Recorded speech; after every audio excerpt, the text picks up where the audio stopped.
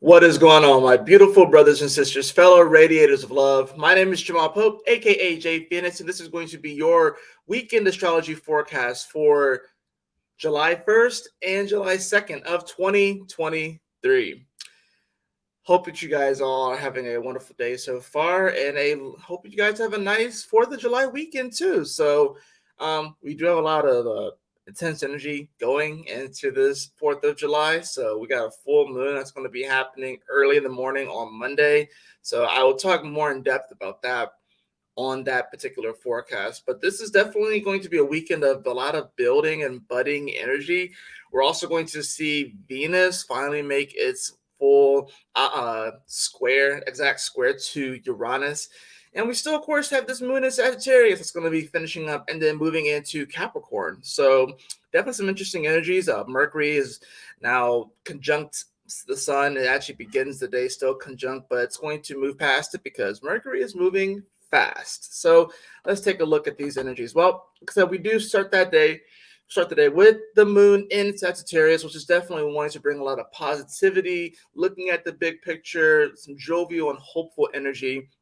Whenever the moon comes into the sign, it's definitely a moment where, after coming out of sort of like the deep aspect of Scorpio, the moon in Sagittarius likes to try and make light of things, right? So now what's interesting about this moon here is that it will eventually square Neptune, which just went retrograde. Not only that, but it's going to square Neptune on the galactic center point. The galactic center point is at 27 degrees of Sagittarius and is literally like it's like the coordinates of like our galactic center. So in many ways, there's just a sort of there's a deep, resonant, ancient kind of power that comes and resonates from the galactic center. And there's going to be that square that happens here. So what I said yesterday with Neptune actually going in retrograde is that Beerus is like the god, like the destroyer god, is woken up. Now, I guess you could technically say that Pluto, because it is a planet of, death and rebirth and stuff like that, that it is the destroyer god in a sense, and Neptune is just him waking up. The fact that the moon is going to be on the galactic center point as it squares Neptune is like when like the rest of the galaxy like learns that, oh crap, he's actually woken up. So that's when like they get the news. Like, yeah, so yesterday was the day where it happened, and now the rest of the galaxy gets the news that he's woken up. How do they get the news? Because they can sense the overwhelming power of this energy, and they can just sense that he's about to like go on his rampage. But anyways, that aside, we do start with this moon in the Sagittarius, right? And as you can see, as we continue about the day, you can see that Venus is at 21 degrees Leo, 7 minutes. You can see that it is beginning to make that exact square over to Uranus. But because Venus is moving so slow, we're not going to see the exact square immediately. It's going to take some time to build over the course of the day of Saturday. So you continue to move this moon forward. We're going to see it make a nice little trine over here to Chiron. By this time, it's still 21:23, 21:44. So, but the square is still going to be here. Just because it's not fully exact doesn't mean that it's not going to be here. Now, what is Venus and Leo? Venus and Leo is definitely looking for the beauty in life, wanting to receive that quality, is looking for like the shiny stuff in life. But she's moving slow. She's trying to catch up to Mars, and she's not going to quite catch up to Mars. Mars is going off. Mars is moving forward. When I was thinking about this aspect yesterday, this transit, this whole dance of Venus and Mars, and Venus is not going to catch up to Mars until they meet in Aquarius, it reminded me of the song Ain't No Mountain High.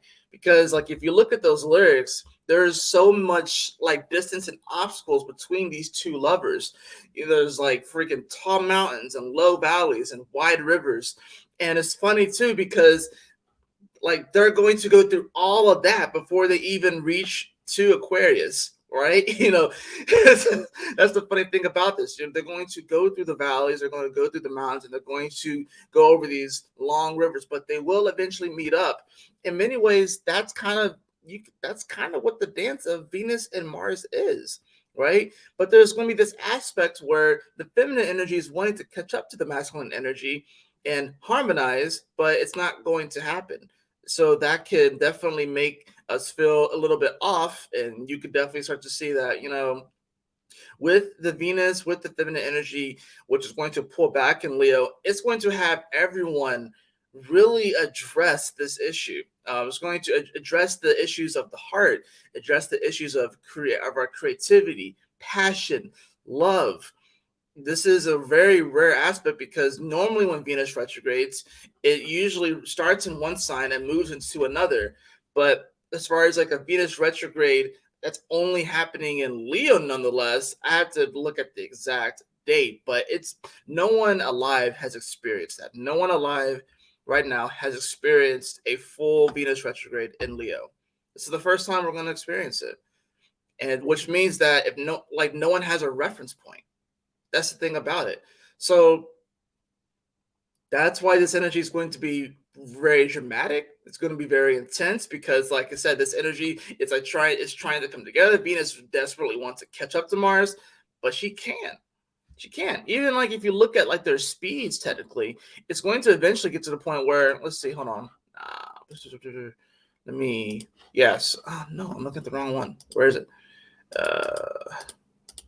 There it is. Yeah, yeah. So I need to share this one with you guys too. So let's see, present, share, window, bam. Okay, so y'all can see this. All right, so Venus is moving 36 minutes a day, super slow, right?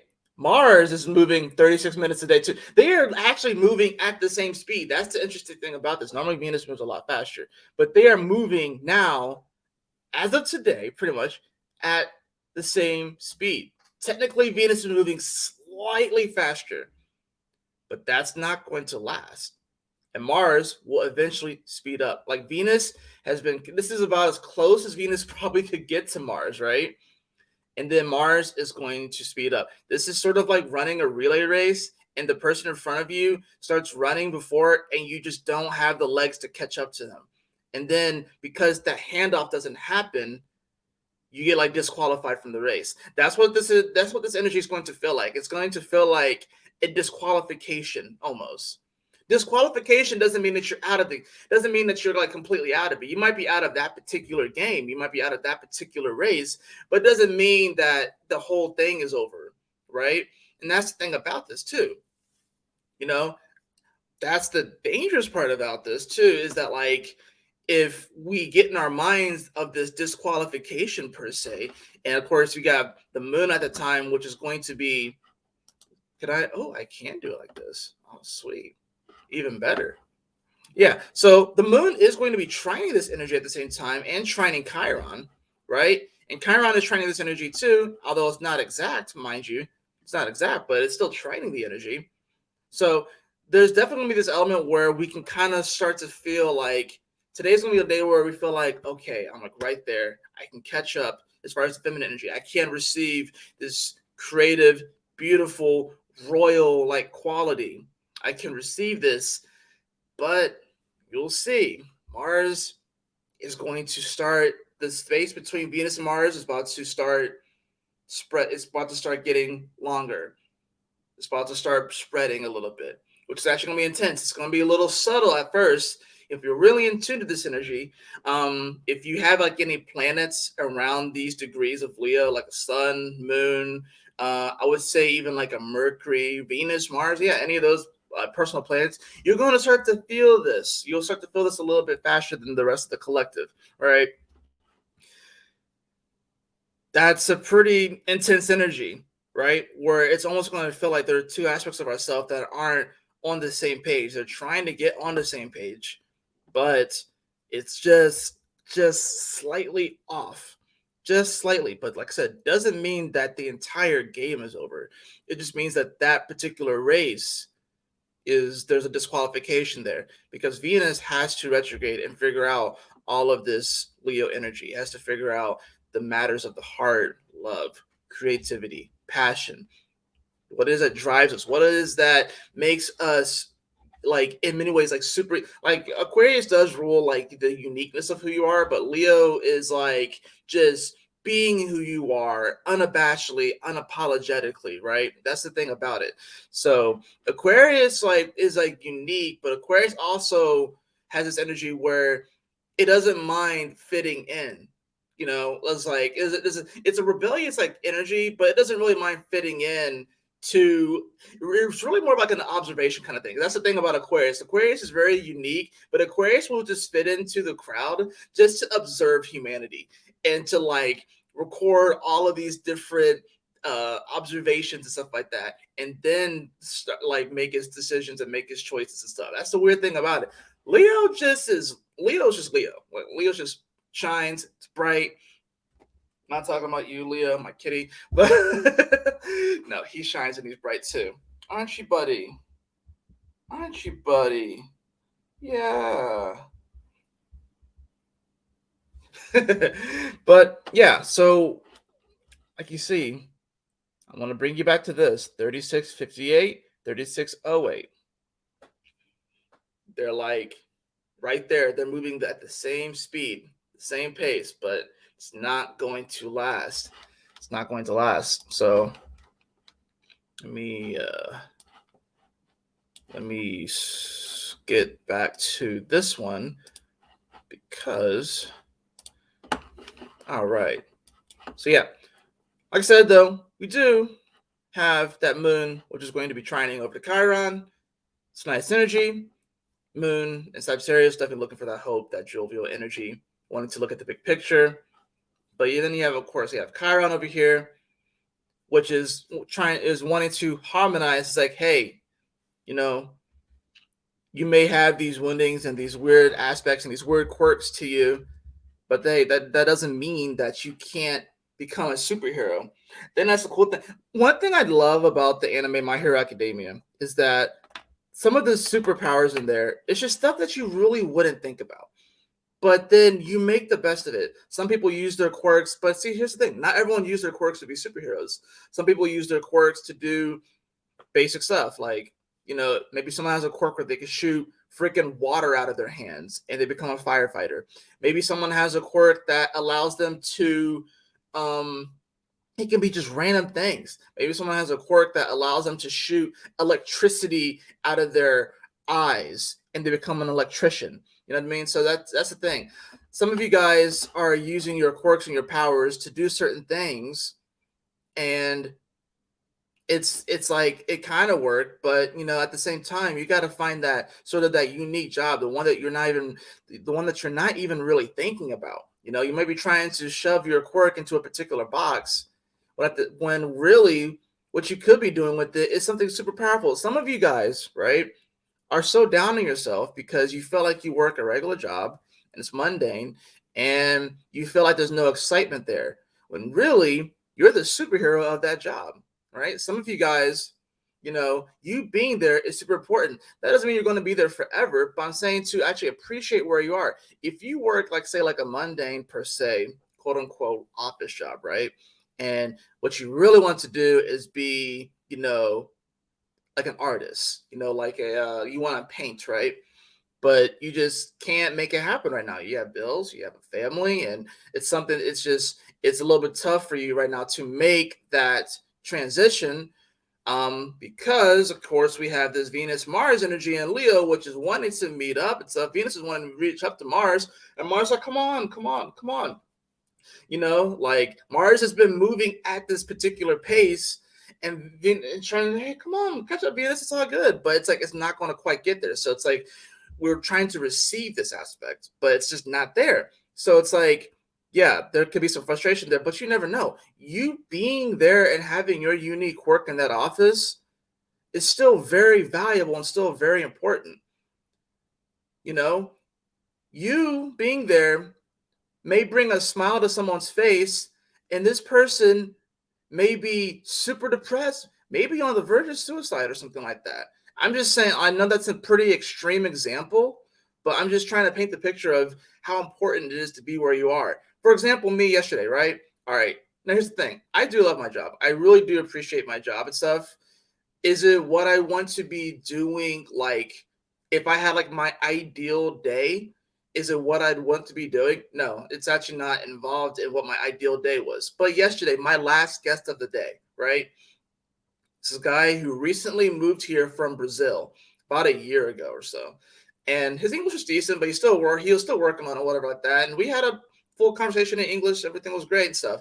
And he was saying that so far his experience here has been kind of iffy because a lot of the people that he met were mean. And I was asking him more about his experience here, and it just I don't think that people were necessarily mean. It's just that there was a like he didn't quite get it because I think it was more of like a mood thing. These people were just kind of tick-tocking along in their mundane lives. And then he meets me and I bring a smile to this guy's face. I explain to him all of the great products that we have, how they can help him. I explained to him, I was like, yo, if you ever want to just come back and just learn about America and I can help you with English and stuff like that, I'll be more than happy to do that. And he said that so far I was like the nicest person that he's met since he's been here. He's been here for a year and I was the nicest person that he met. And for me, it was just sort of like, I see this dude, I'm just like, hey, he's just another person trying to make it and stuff like that. And of course, I'm going to be nice to him. But it's like, for me, it was genuine. It wasn't like fake or anything. It was genuine. But it's like some of you guys, you could be that person. You have no idea. Some of you guys may be in a place where it's like, you know, yeah, it's like, oh, well, this isn't the job I want to be doing, or this is not the career path I had in mind, or this is not the thing I really want to be doing with my life. And then you could be getting super, super down on yourself. That's not to say to take the necessary actions to move towards what you really want to be doing and what you want your ideal day to be, but still take advantage of that moment and utilize those quirks to really brighten someone's day because you have no idea, right? You have no idea. One thing I'm going to start making a note. One thing I'm going to personally start doing is stop using self checkout if I can swing it. Like if it's like mad busy, then I'll use self checkout. But I want human to human interaction, and that's the thing about this whole Venus meeting up, like trying to meet up with Mars. I think in general is that with the internet and with AI and with all these different things, it has made our lives easier, and it has done is that it has um, amplified our level of communication and the speed at which we receive information. I think it has a double-edged sword kind of quality to it, right? Being able to receive information as fast as we do. But then it also allows for this opportunity to really start to disassociate ourselves from having that human interaction. And then we can start, then what happens is like, even though we may be interacting with humans through screens and other stuff like that, you're missing that human to human quality. You're missing that aspect, and it's all being filtered through this digital sphere. That's part of the reason why so many people are anxious, depressed, and stuff like that, is because, yeah, maybe they have been hurt by others, as we all have been hurt by others, and maybe there's this fear of connection. That's the other thing about this. That's the reason why Black Moon Lilith, like before when these energies went into Mars, that's the reason why Black Moon Lilith was here. There's a fear of connection. There's actually like a fear of love that a lot of people have because of what's happened in the past, and because people lie, people cheat, people steal, right? We also have to remember that everyone's at different levels in their evolution, and it's hard not to take these things personally, right? Especially with Chiron here. But the North Node is going to be coming into Aries too, so that's the other good thing about it. I say all that to say this, because as you can see, I've jumped around and stuff like that. I've never been tested for ADHD, but I'm positive I have it. So, and I don't even like the whole self-diagnosis culture that we have going on, where people just self-diagnosing themselves as different things. ADHD is one thing that I'm pretty sure I have, because I've never gotten tested, and maybe I will get tested. Who knows? It will explain a lot of stuff, but you just never know what your impact is going to be, no matter where you are. So that's why I said to like appreciate where you are right now, because you have no idea what your impact on someone will be. If you are just your authentic, genuine self, you can brighten someone's day for real. And I think I think that with the moon in Sagittarius, it gives us that opportunity to realize that and actualize it at the same time. So, you know, that's pretty much Saturday. So it's going to be a pretty positive day. But like I said, we do still have that square between Venus and Uranus. And of course, I will talk more about that one on the whole Sunday aspect. Now, of course, going at the end of the day on Saturday, we do have that moon trining over to Venus, right? So once again, there's like this nice element where we're wanting to receive these aspects. We want to receive this beautiful life too, because that's the thing about this. The moon here in Sagittarius is definitely looking more big picture. It is going to be in the decan, though, ruled by the sun. And the sun's over here in Cancer too. So it's like there can be a healing aspect to this, right? But the interesting thing about this trine is that because Venus is slowing down, and it's not going to catch up to Mars, it's like it kind of does feel like we're going to be grasping for straws. You know what I mean? Last ditch efforts. I can definitely see Saturn. I go, what's that? Saturday. I could definitely see Saturday for some people being like last ditch efforts to grab at something. Well, they think it's a last ditch effort to grab at something. But that's the thing about this whole Venus retrograde is that it's going to teach us how to not give up on these aspects and how to not quit, but also how to accept and embrace that things aren't always going to look as beautiful and regal as we want them to be. And that's perfectly okay, right? So that moon, as we move into Sunday, as we move into the beginning of Sunday at 6:30, it's going to be at 25 degrees, right? And then, of course, we're going to have Venus pretty much squaring Uranus, exactly, right? Now, Uranus is that wild card energy, right? And Venus is wanting to receive this love. As you can see, it's already starting to get faster. So let me take a look at this real fast. Yeah, it's it's starting to happen. Venus is starting to run a little bit slower. They're moving still at the same pace, about the 36 minutes, but it's just ever so slightly. You're going to start to feel it this weekend, ever so slightly. It's going to just start to slow down. Now, make sure that's still okay. Cool. Yeah. So this square right here, though, it's going to be the first square of 3, because Venus is going to square Uranus 3 times during this first pass. Yeah, this definitely kind of felt like a volcano moment. I'm not even gonna lie. This is Venus square Uranus is freaking. You want me to show you what Venus square Uranus is right now? Here, I'm gonna show you what Venus square Uranus is. Crap, what was the freaking? Crap, what's the name of the freaking? Let's see. Yeah, I'm gonna show you. I'm gonna show you what this energy is, what it's going to feel like.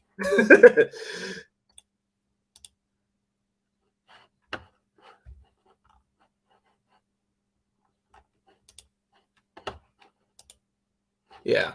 Here. All right. Let me remove that one, and then I'm going to share my screen. Let's see. Let's see.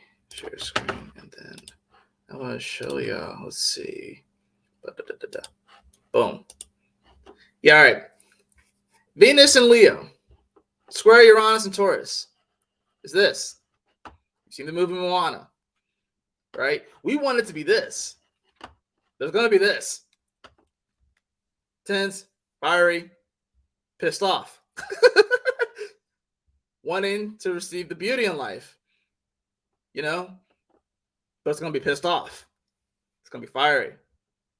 And seemingly destructive, despite the fact that when you have this sort of energy out in the middle of the ocean, it actually forms islands. So it's like the beginnings of life. It seems chaotic and crazy, but it gives way to this. So that's the thing about this. That's what, like, if you want to know what Venus in Leo, slowing down and retrograding eventually, squaring Uranus 3 times, it's this.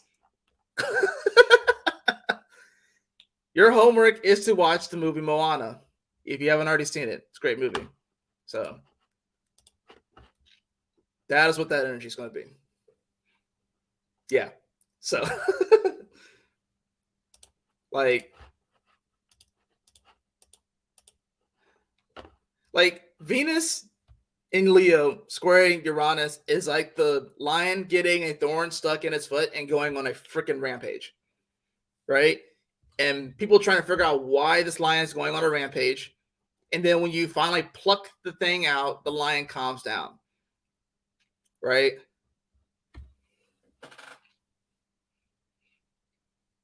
That's what this energy is. And it's a female lion too at that. It's not a male lion, it's actually a female lion. That's the funny thing about this. Which I would argue is even crazier because the female lion getting the thorn stuck in her foot doesn't even want to go for the hunt, which means the male lion's gonna be pissed off because he has no food. Like that's what this is. And then Mars continuing to move forward without Venus is like it's sort of like that aspect where the male lion goes off in his own and doesn't have a pride. That's the thing about it. Like that it's going to feel like you don't have a pride anymore. Like the masculine aspect is going to go off on its own and have to hunt for himself, which is tough because the male lion prefers not to do that. It has a troop of female lions to do it for him, and he protects them. But now he's got to protect. He not only does he have to protect himself, but he also hunt for food. So that's why this is going to feel awkward. That's pretty much Sunday in a nutshell. Now, of course, we have that moon, which is going to square over to Neptune on the galactic center point, which, like I said, is the entire galaxy getting the news, the message that Beerus the Destroyer has woken up and has probably already begun his rampage because he can't necessarily get the food that he wants, right? Can't necessarily. He's trying to, and he's also trying to find those very strong warriors. And if he visits a planet and the food isn't good and the warriors aren't good, he decides to destroy it. Right? Those are his reasons, which seem very like it seems pretty novice, but it's actually very important. It's important to him. So that's the thing about this too. It's like there are going to be people out there that probably look at what you're doing and maybe not necessarily understand it and stuff like that. They may not necessarily understand your reasonings for things. What are you doing, Leo? Leo, get out of there, bro. They may not necessarily understand your reasonings for them. And maybe here's the thing: some of you guys have some of your reasons for why you do the things that you do are simple, and you are trying to overcomplicate the reasons why you do certain things. And that overcomplication is what's leading to discord. That overcomplication is what's leading you to experiencing anxiety, apprehension, depression, inauthenticity, mood swings. It's because you're trying to give yourself this massive complex reason as to why you do the things that you do, when really the answers are a lot simpler than we realize. But we as humans love to complicate shit. So this squaring energy, like I said, is going to be this aspect where, yeah, there's going to be this sort of like epiphany, sort of like awakening, just in general throughout the whole galaxy. Neptune is like moving backwards, right? Especially throughout the solar system, but I'm saying that's where the moon is. So as far as like that aspect goes. Now, that's earlier in the day. Now, of course, you have that moon, which is going to move into Capricorn by, don't do that. Don't do that. That's not what I meant to do. It started moving really fast. So that moon is going to move into Capricorn around 1:30 p.m. Eastern Standard Time, right? So now we are moving into that full moon phase, which that full moon, of course, will come exact, early Monday morning. But we do move into this phase with the moon being here in Capricorn, which is definitely going to bring about a more grounding energy. But we also have to remember that the moon doesn't really like to be in Capricorn, right? It's much preferred to be over in Cancer. So that's the thing about this. So we have this big picture. Now it's time to, okay, what are you going to do about it? How are you going to implement it? And the dispositing energy of this moon is Saturn, and Saturn is retrograde in Pisces. So there's this element where it's like, is a lot of the energy right now is figure it out energy. I'm not even gonna lie. It's like we are being given clues and like little epiphanies from the universe, but we're also asking us like, okay, you're giving me the blueprints. You're just giving me a bunch of pictures, but you're not really providing a lot of words. You're not really providing like, can you provide me like a step through step? Can you provide me like a video that I can watch that kind of walks me through it? And there's a lot of the energy is like, no, you can figure it out. And we're like, but how do I do this? I give you the tools that you need. You can figure it out, and that can provide some frustration too, right? Because I think it's like we are so used, especially in this Western world, to like this instant gratification and having people and having like things like walk through with us. It's like there's not a lot of hand holding right now in the universe, and that can frustrate some people because maybe they have crafted a life where there's a fair amount of hand holding. I think we all have that, right? There's a fair amount of hand holding when things are shifting back to self sustainability, right? So now that moon says it's going to be building up. Oh, it is going to, of course, trine the North Node in Taurus. This is going to be the last time that the moon in Capricorn trines the North Node in Taurus, at least for the next 18 years. But it is the last time that it'll happen while Pluto is in Capricorn too. So you're not going to get that energy again. It's not going to happen. Because the next time that the moon can trine the North Node in Taurus, the next time that can happen, the Pluto will be in Aquarius by that point. So it's not going to happen again. And that energy is not going to happen. So we do have that trine right there, which of course is calling back to, in many ways, our roots. You got to think like this is like 0 to 1 degree, 2, 3 degrees of Taurus. It's like the roots. So it's like when it comes to like this emotional aspect, we're looking for like, how to connect back to our roots in many ways, right? And then how can we build from there?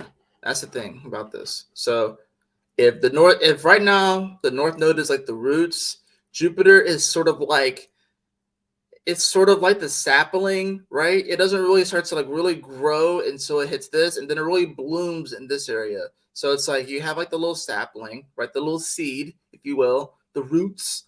Jupiter is sort of like, well, yeah, we have the roots here. You have like the little sapling, right? Starting to peek through a little bit. It's about to peek through the surface. And then over here is where it blooms. Uranus is the blooming aspect. That's the interesting thing about it. So and it's not only that, but it's in the decan ruled by Saturn too. So there's that's why there's so much edge and weirdness to this, and admittedly a lot of toxicity. You're going to see, especially out in the world stage itself. You're going to start to see how we're going to become more aware of this blooming aspect of how things have gotten to this point. And it seems crazy and it seems chaotic. That's because it is crazy and it is chaotic. And like the things that we're going to see over the next year, the news stories that come out, the epiphanies, the realizations, the freaking whistleblowers, all these sort of things that we're going to see over the next year are going to absolutely blow our minds. They're going to blow your minds. If you think you've seen the crazy, we haven't seen anything yet. We haven't seen anything yet. So how do we get to this time? By digging deep and finding that quality of ourselves that is unchanging, harnessing that power and realizing that the universe always has our back, even when it doesn't feel like it, right? So, yeah, nice little trine there. Of course, by the end of the day, the moon's going to be here at 6 degrees.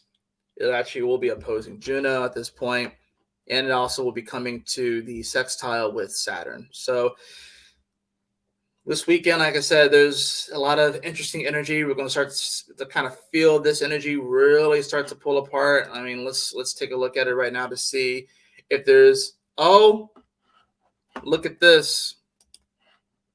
Look at this. By Sunday night, separation really starts to begin.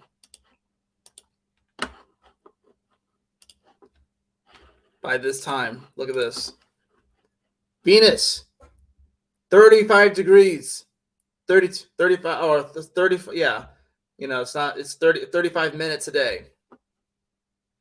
Mars, 36 minutes a day. The separation has begun.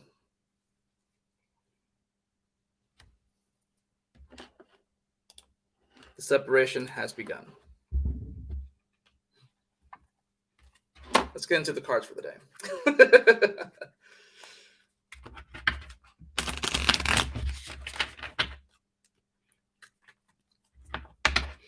Let's see what cards we have for this weekend, the 1st and 2nd of July of 2023.